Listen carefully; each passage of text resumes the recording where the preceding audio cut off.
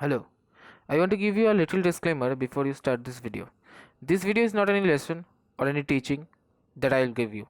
This video is just a podcast about a chapter in our book. So thank you.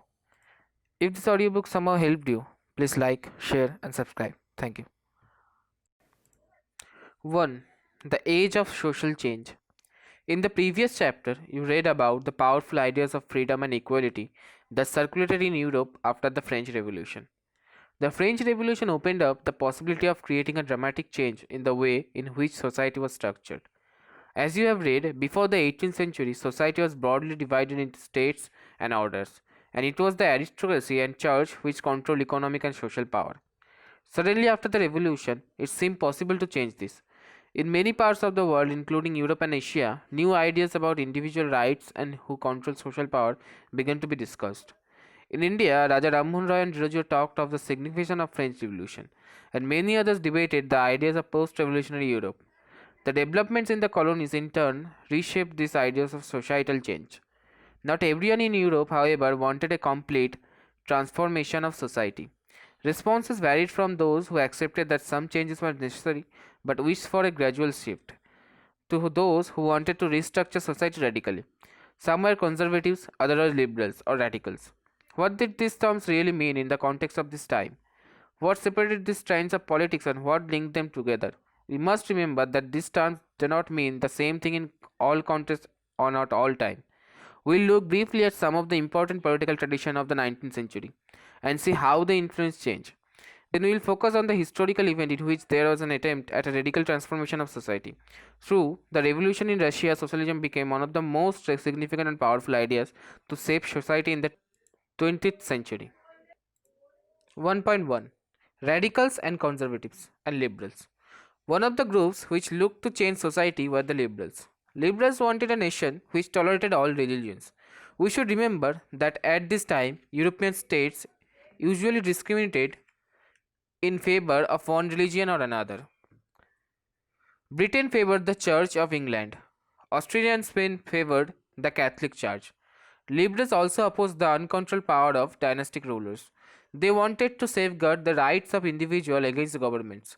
They argued for a representative elected parliamentary government subject to laws interpreted by a well-trained judiciary that was independent of rulers and officials. However, they were not Democrats. They did not believe in universal adult franchise, that is the right of every citizen to vote. They felt men of property mainly should have the vote. They also did not want the vote for women. In contrast, radical wanted a nation in which government was based on the majority of country's population. Many supported women's suffragette movements. Unlike liberals, they opposed the privileges of great landowners and wealthy factory owners. They were not against the existence of private property but disliked concentration of property in the hands of few. Conservatives were opposed to radicals and liberals. After the French Revolution, however, even conservatives had opened their minds to the need for change. Earlier in the 18th century, conservatives had been generally opposed to the idea of change. By the 19th century, they accepted that some change were inevitable but believed that the past had to be respected and change had to be brought about through a slow process. Such differing ideas about societal change clashed during social and political turmoil that followed the French Revolution. The various attempts at revolution and national transformation in the 19th century helped define both the limits and potential of these political tendencies. 1.2 Industrial Society and Societal Change. These political trends were a sign of a new time. It was a time of profound social and economic change. It was a time when new cities came up and new industrialized regions developed.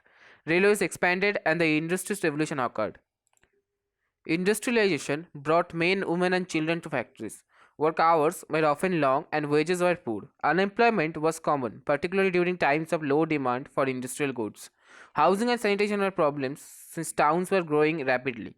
Liberals and radicals searched for solutions to these ideas. Almost all industries were the property of individuals. Liberals and radicals themselves were often property owners and employers. Having made their wealth through trade or industrial ventures, they felt that such efforts should be encouraged. That is, benefits would be achieved if the workforce in the economy was healthy and citizens were educated. Opposed to the privileges the old autocracy had by birth, they firmly believed in the value of individual effort, labor, and enterprise. If freedom of individual was ensured, if the poor could labor and those with capital could operate without restraint, they believed that society would develop. Many working men and women who wanted changes in the world rallied around liberal and radical groups and parties in the early 19th century. A new word which we studied, suffragette movement, a movement to give women the right to vote.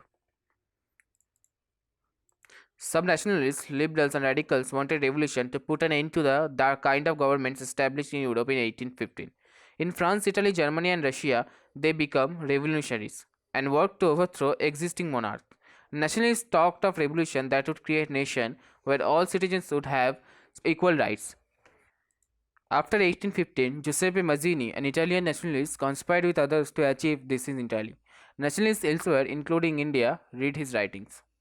1.3 The coming of socialism to Europe. Perhaps one of the most far reaching visions of how society should be structured was socialism. By the mid 19th century in Europe, socialism was a well known body of ideas that attracted widespread attention. Socialists were against private property and saw it as the root of all social ills of the time. Why? Individuals owned the property that gave employment, but the property were concerned only with personal gain and not with the welfare of those who made the property productive. So, if society as a whole, rather than single individual control property, more attention would be paid to collective social interest. Socialists wanted this change and campaigned for it. How could a society without property operate? What would be the basis of socialist society? Socialists had different vision of the future. Some believed in the idea of cooperatives. Robert Wayne, a leading English manufacturer, sought to build a cooperative community called New Harmony in Indiana. Other socialists felt that cooperatives could not be built on a wide scale only through individual initiative. They demanded that government encourage cooperatives. In France, for instance, Louis Blanc wanted the government to encourage cooperatives and replace capitalist enterprises. These cooperatives were to be association of people who product goods together and divided the profits according to the work done by members. Karl Marx and Friedrich Engels added other ideas to this body of arguments. Marx argued that industrial society was capitalist. Capitalists owned the capital investment in factories. The profit of capitalists were produced by workers. The condition of workers could not improve as long as this profit was accumulated by private capitalists. Worked hard to overthrow capitalism and the rule of private property. Marx believed that to free themselves from capitalist exploitation, workers had to construct a radically socialist society where all properties were socially controlled. This would be a communist society. He was convinced that workers would triumph in their conflict with capitalists. A communist society was the natural society of the future. The 1870 socialist ideas spread through Europe. To coordinate their efforts, socialists formed an international body named the Second International. Workers in England and Germany began forming associations to fight for better living and working conditions.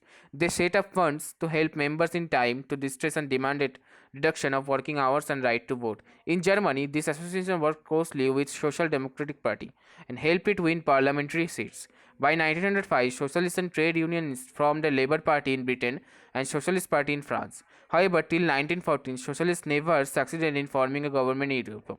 Represented by strong figures in parliamentary policies, their ideas did shape legislation, but governments continued to be run by conservatives, liberals, and radicals.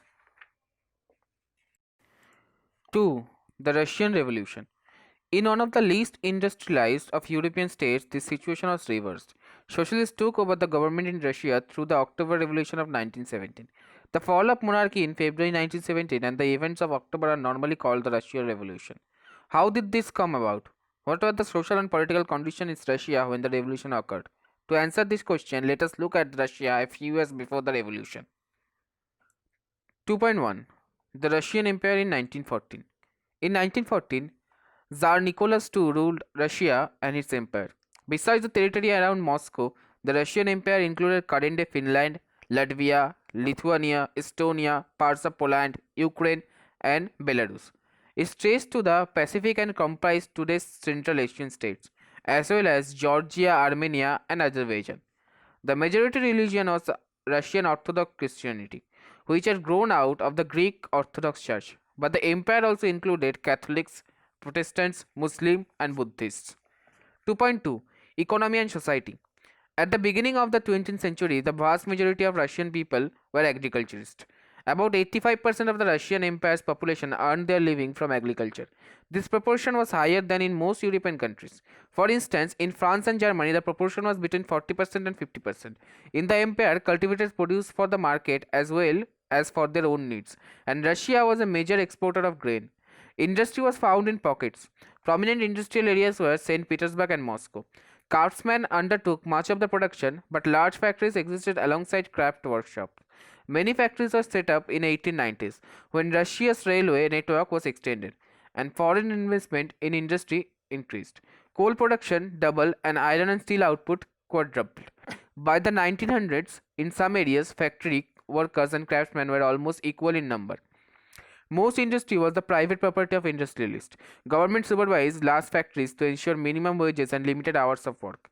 But factory inspectors could not prevent rules being broken.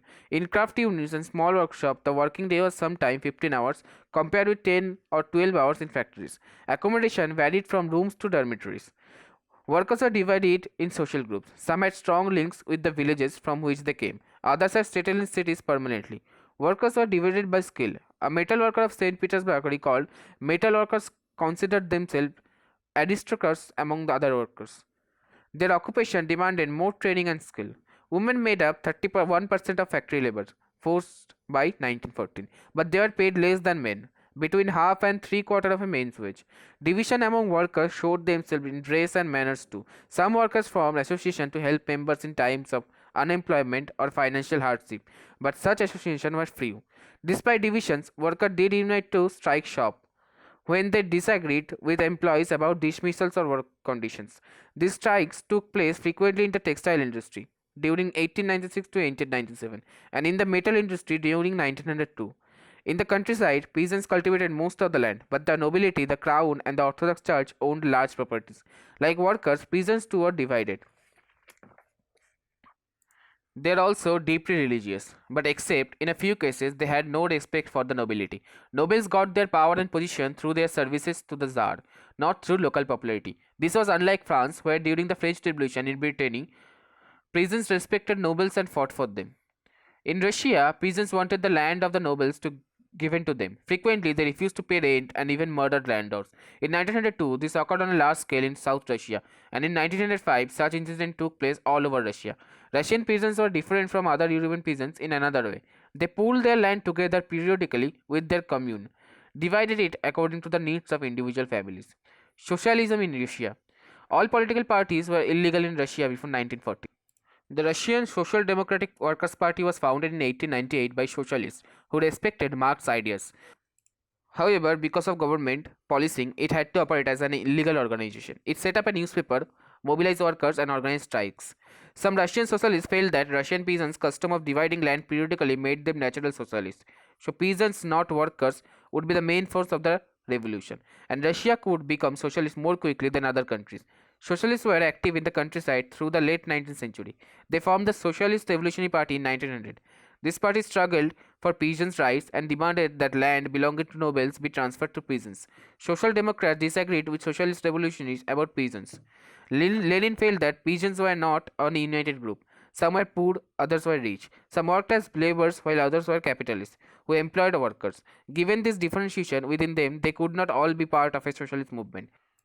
The party was divided over the strategy of organization. Vladimir Lenin, who led the Bolshevik group, thought that in a repressive society like Tsarist Russia, the party should be disciplined and should control the member and equality of its member.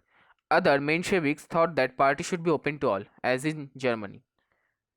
2.4 A turbulent time, the 1905 revolution. Russia was an autocracy. Unlike other European rulers, even at the beginning of the 20th century, the Tsar was not subject to parliament. Liberals in Russia campaigned to end this state of affairs. Together with the Social Democrats and Socialist revolutionaries, they worked with peasants, workers during the revolution of 1905 to demand a constitution. They were supported in the empire by nationalists and in Muslim dominated areas by Jihadists who wanted modernized Islam to lead their society. One year 1904 was a particularly bad one for Russian workers. Prices of essential goods rose so quickly that real wages declined by 20%. The membership of Workers' Association rose dramatically. Then, four members of the Assembly of Russian Workers, which had been formed in 1904, were dismissed at the Putilov Iron Works. There was a call for industrial action. Over the next few days, Over 110,000 workers in St. Petersburg went on strike demanding a reduction of working day to 8 hours, an increase in wages and improvement in working conditions. When the procession of workers led by Father Gabon reached the Winter Palace, it was attacked by the police and the Cossacks. Over 100 workers were killed and about 300 wounded. The incident, known as Bloody Sunday, started a series of events that became known as the 1905 Revolution. Strikes took place all over the country and universities closed down when student bodies staged walkouts. Complaining about the lack of civil liberties, lawyers, doctors, engineers, and other middle class workers established the Union of Unions and demanded a constitutional assembly. During the 1905 resolution, the Tsar allowed creation of an elected consultative parliament or Duma. For a brief while during the revolution, there existed a large number of trade unions and factory committees made up of factory workers. After 1905, most committees and unions worked unofficially, since they were declared illegal. Severe restriction was placed on political activity. The Tsar dismissed the first Duma within 75 days, and the re-elected second Duma within 3 months. He did not want any questioning of his authority or any reduction in his power. He changed the voting laws and packed the third Duma with conservative politicians. Liberals and revolutionaries were kept out. 2.5 The First World War and the Russian Empire. In 1914, war broke out between two European alliances, Germany, Austria and Turkey, the Central Powers, and France, Britain and Russia, later Italy and Romania. Each country had a global empire, and the war was fought outside Europe as well as in Europe. This was the First World War. In Russia, the war was initially popular, and people rallied around Tsar Nicholas II. As the war continued, though, the Tsar refused to consult the main parties in the Duma. Support wore thin. Anti-German sentiments ran high, as can be seen in the renaming of St. Petersburg, a German name, as Petrograd. The Tsarina Alexander's German origins and poor advisors, especially a monk called Rasputin, made the autocracy unpopular. The First World War on the Eastern Front differed from the on the Western Front. In the West, armies fought from trenches straight along eastern France. In the East, armies moved a good deal and fought battles, leaving large casualties. Defeat was shocking and demoralizing. Russia's armies lost badly in Germany and Austria between 1914 and 1916. There are over 7 million casualties by 1970. As they retreated, the Russian army destroyed crops and buildings to prevent the enemy from being able to live off the land. The destruction of crops and buildings led to over 3 million refugees in Russia. The situation discredited the government and the Tsar. Soldiers did not wish to fight such a war. The war also had a severe impact on the industry. Russia's own industry were few in number, and the country was cut off from the other supplies of industrial goods by German control of the Baltic Sea. Industrial equipment disintegrated more rapidly in Russia than elsewhere in Europe. By 1916, railway lines began to break down. Able-bodied men were called up to the war. As a result, there was labor shortage and small workshops producing essentials were shut down. Large supply of grain were sent to feed the army. For the people in the cities, bread and flour became scarce. By the winter of 1916, riots at bread shops were common. Some important words in this chapter were Jaredis, Muslim reformers within the Russian Empire. Real wage reflects the quantities of goods which the weights will actually buy. 3. The February Revolution in Petrograd. In the winter of 1917, conditions in the capital Petrograd were grim. The layout of the city seemed to emphasize the division among its people. The workers' quarters and factories were located on the right bank of the river Neva. On the left bank were the fashionable areas, the Winter Palace and the official building, including the place where the Duma met. In February 1917, food shortages were deeply felt in the workers' quarters. The winter was very cold. There had been exceptional frost and heavy snow. Parliamentarians wishing to preserve elected government were opposed to the Tsar's desire to dissolve the Duma. On 22nd February, a lockout took place at a factory on the right bank. The next day, workers on 50 factories called a strike in sympathy in many factories. Women led the way to strikes. This came to be called the International Women's Day. Demonstrating, workers crossed from the factory quarters to the center of the capital. The Nevsky Prospect. At this stage, no political party was actively organizing the movement. As the fashionable quarters and official buildings were surrounded by workers, the government imposed a curfew. Demonstrators dispersed by the evening, but they came back on the 24th and 25th. The governor called out the cavalry and police to keep an eye on them. On Sunday, 25 February, the government suspended the Duma. Politicians spoke out against this measure. Demonstration returned in the force to the streets of the left bank on the 26th. On the 27th, the police headquarters were ransacked. The streets thronged with people raising slogans about bread, wages, better hours, and democracy. The government tried to control this situation and called out the cavalry once again. However, the cavalry refused to fire on the demonstrators. An officer was shot at the barracks of the regiment, and three other regiments mutinized, voting to join the striking workers. By that evening, soldiers and striking workers had gathered to form a Soviet or council in the same building as the Duma met. This was Petrograd Soviet. The very next day, a delegation went to see the Tsar. Military commanders advised him to abdicate. He followed their advice and abdicate on 2nd March. Soviet leaders and Duma leaders formed a provisional government to run the country. Russia's future would be decided by a constitutional assembly, elected on the basis of universal adult suffrage. Petrograd had led the February Revolution that brought down the monarchy in February 1917. 3.1 After February, army officials, landowners, and industrialists were influential in the provincial government, but the liberals as well as socialists among them worked towards an elected government. Restrictions on public meetings and associations were removed. Soviets like the Petrograd Soviet were set up everywhere through no common system of election was followed. In April 1917, the Bolshevik leader Vladimir Lenin returned to Russia from his exile. He and the Bolsheviks had opposed the war since 1914. Now he felt it was time for Soviets to take over power. He declared that the war be brought to a close, land be transferred to the peasants, and banks be nationalized. These three demands were Lenin's April thesis. He also argued that the Bolshevik party rename itself the Communist Party to indicate its new radical aims. Most others in the Bolshevik party were initially surprised by April thesis. They thought that the time was not yet ripe for a socialist revolution and the provisional government needed to be supported, but the developments of the subsequent months changed their attitude. Through the summer, the workers' movement spread. The industrial areas factory committees were formed, which began questioning the way industrialists ran their factories. Trade unions grew in number. Soldiers' committees were formed in the army. In June, about 500 Soviets sent representatives to an all-Russian Congress of Soviets. As the provisional government saw its power reduce and Bolshevik influence grow, it decided to take stern measures against the spreading discontent. It resisted attempts by workers to run factories and began arresting leaders.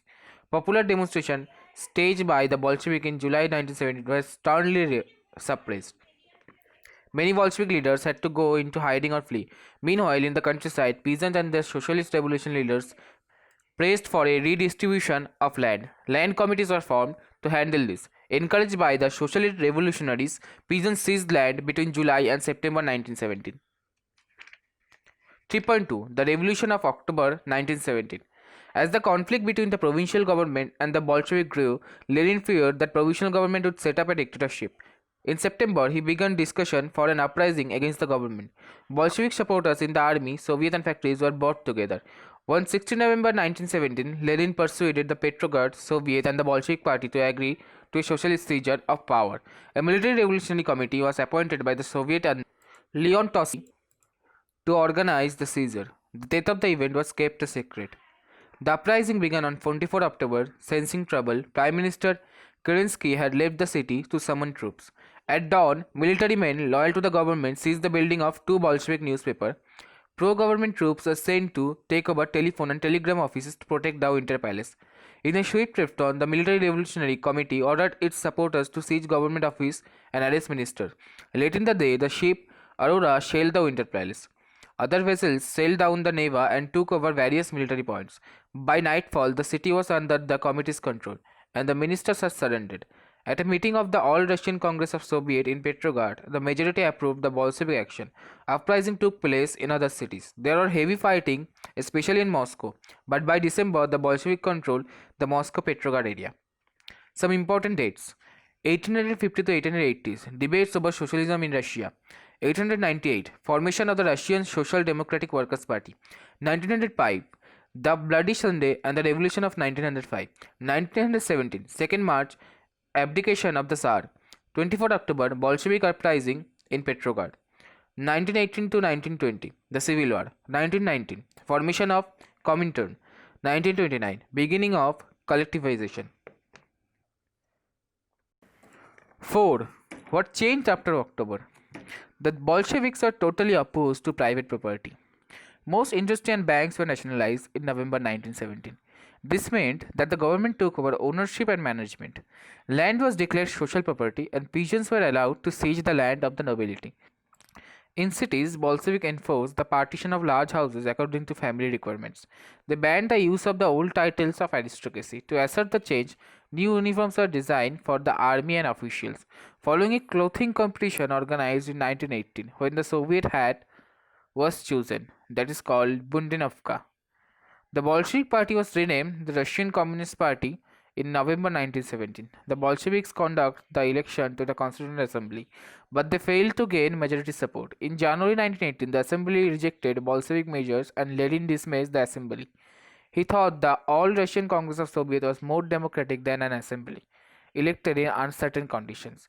In March 1918, despite opposition by their political allies, the Bolsheviks made peace with Germany at Brest-Litovsk.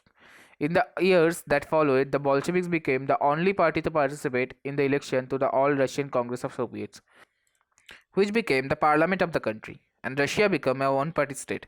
Trade unions were kept under party control. The secret police, called the Cheka first and later OGPU and NKVD, punished those who criticized the Bolsheviks. Many young writers and artists rallied to the party because it stood for socialism and for change. After October 1917, this led to experiments in the arts and architecture, but many became disillusioned because of the censorship the party encouraged. 4.1 The Civil War. When the Bolsheviks ordered land distribution, the Russian army began to break up. Soldiers, mostly peasants, wished to go home for the redistribution and deserted. Non-Bolshevik socialists, liberals, and supporters of autocracy condemned the Bolshevik uprising. Their leaders moved to South Russia and organized troops to fight the Bolsheviks. During 1918 and 1919, the Greens, Socialist Revolutionaries, and Whites, pro-Tsarists, controlled most of the Russian Empire. They were backed by French, American, British, and Japanese troops. All those forces were worried at the growth of socialism in Russia. As these troops and the Bolsheviks fought a civil war, looting, banditry, and famine became common. Supporters of private property among whites took harsh steps with peasants who had sieged land. Such action led to the loss of popular support for the non-Bolsheviks. By January 1920, the Bolsheviks controlled most of the former Russian Empire.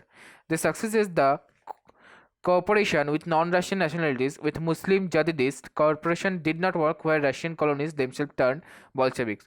In Khiva, in Central Asia, Bolshevik colonies brutally massacred local nationalists in the name of defending socialism. In this situation, many were confused about what the Bolshevik government represented.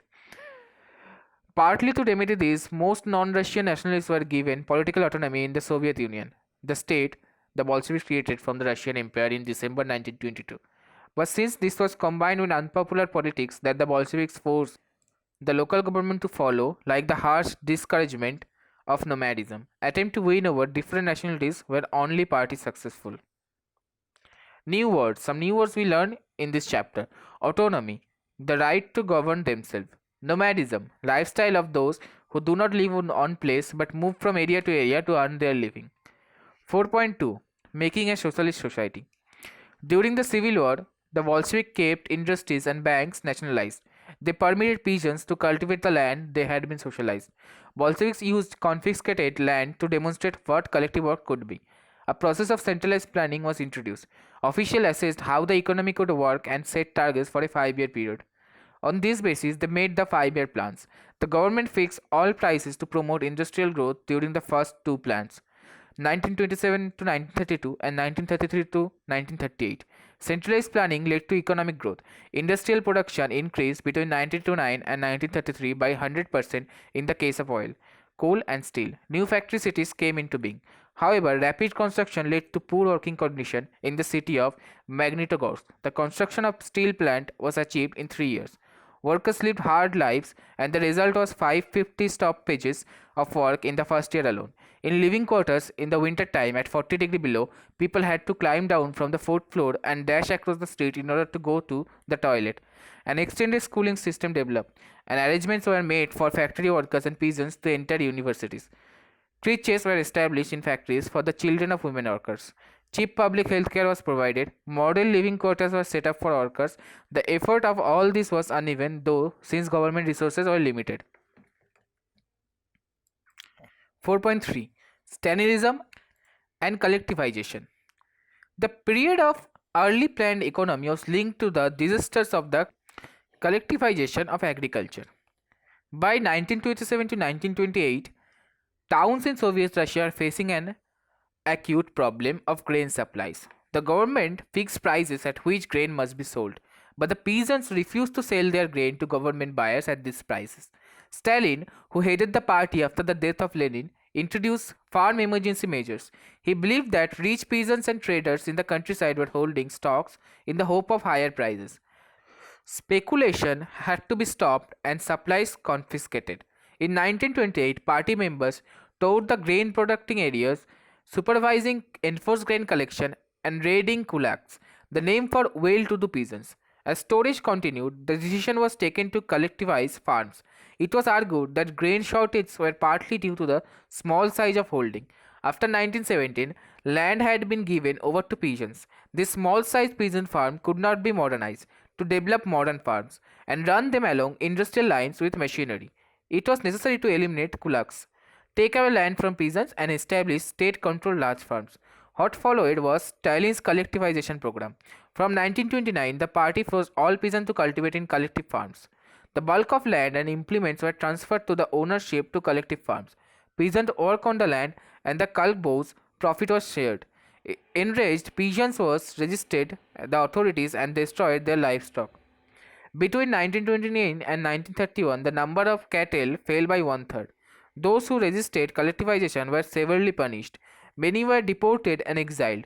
As they resisted collectivization, the peasants argued that they were not rich and they were not against socialism. They merely did not want to work in collective farm for a variety of reasons. Stalin's government allowed some independent cultivation, but treated such cultivators unsympathetically. In spite of collectivization, production did not increase immediately. In fact, the bad harvest of 1930 to 1933 led to one of the most devastating famines in Soviet history when over 4 million died. Some important words: deported, forcibly removed from one's own country; exiled, forced to live away from one's own country. Many within the party criticized the confusion in industrial production under the planned economy and consequence of collectivization. Stalin and his sympathizers charged these critics with conspiracy against socialism. Accusations were made throughout the country, and by 1939, 2 million were in prisons or labor camps. Most were innocent of the crimes, but no one spoke for them. A large number were forced to make false confessions under torture and were executed. Several among them were talented professionals. 5. The global influence of the Russian Revolution and the USSR. Existing socialist parties in Europe did not wholly approve of the way the Bolsheviks took power and kept it. However, the possibility of a worker state fired people's imagination across the world. In many countries, communist parties were formed, like the Communist Party of Great Britain. The Bolsheviks encouraged colonial peoples to follow their experiment. Many non-Russians from outside the USSR participated in the Conference of the People of the East, 1920, and the Bolshevik founded Comintern, an international union of pro-Bolshevik socialist parties. Some received education in the USSR Communist University of the Workers of the East.